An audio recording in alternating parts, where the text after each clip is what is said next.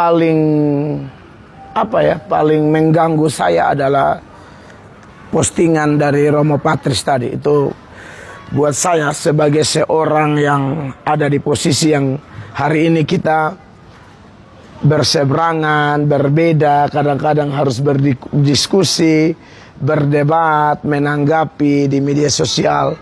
Dan mungkin ke depan kalau Tuhan berkenan, mungkin giliran saya dengan Romo Patris Allegro yang berdiskusi, berdebat, tapi prinsip yang Romo Patris Allegro sudah sampaikan di sana, tidak boleh ada kebencian, itu penting. Tidak boleh ada hinaan. Walaupun sudah ada gambar-gambar saya minum air pakai galon.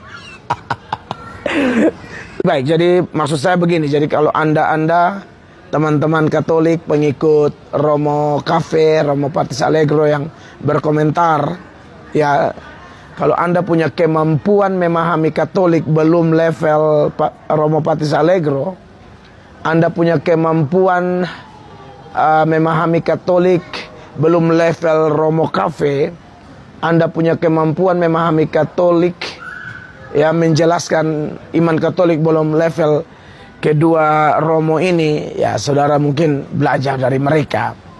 Ya, Romo Cafe juga, wow, dia mau siapkan waktu loh di Kolombia. Waktu itu saya kan harusnya saya janjian sama Romo Cafe tuh.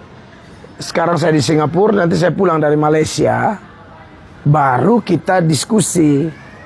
Tapi karena Romo Cafe memang di postingannya itu sudah sangat mengajak, akhirnya saya tuh bingung cari waktu kapan. Makanya saya mintalah hari Jumat. Hanya kalau saya hitung, kalau Jumat pagi jam 10, Romo di Kolombia jam 10 malam. Nah, debat seperti ini kan kadang-kadang bisa panjang nih. Dan terbukti debat kemarin lumayan. Dan Romo Cafe bisa berkorban, rela tidur kemalaman. Ya, namanya kita manusia biasa ya, kalau debat seperti itu, lalu kemudian debatnya agak panas, ya kadang-kadang tidak bisa tidur, kan begitu. Saya begitu. Saya yang di waktu pagi saja, karena mengingat debat itu, saya agak susah tidur loh.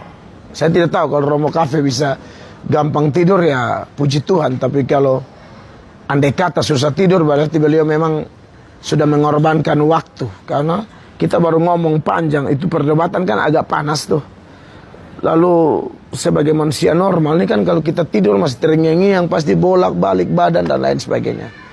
Jadi sudahlah, yang terjadi sudah terjadi. Ada banyak pelajaran di sana. Ya, mau bilang bagaimana lagi, kita memang harus melakukannya. Saya harus melakukannya demi Injil. Saya sudah menyerahkan diri kepada Kristus, bukan untuk bela Protestan, bukan untuk menyerang Katolik atau agama manapun, tidak. Saya bela Injil, saya menyuarakan Injil. Masih banyak kekurangan, masih salah-salah juga, ya. Apalagi waktu dia punya nama, waktu diskusi itu banyak yang komentari gestur saya, ya. Iya, sorry kalau gestur,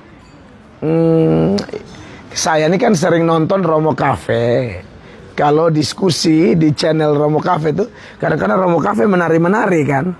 Romo Cafe menari-menari, ya saya pikir aman, Romo Cafe sudah biasa yang begitu. Itu pikiran saya juga. Makanya saya waktu ada rasa saya mau ketawa, ya saya ketawa. Saya lucu, kadang-kadang saya punya acting minum-minum air, itu banyak yang protes di situ. Tapi jujur saya ini kan setelah Romo Cafe mengajak saya, otomatis saya nonton beliau kan. Oh, ternyata ada tuh yang beliau, pokoknya kalau pas Bapak tua jawab, kok pas tuh dia sapu-sapu begini, menari-menari, kayak macam itu. Jadi saya pikir, oh sudah, berarti Romo Cafe orangnya enjoy.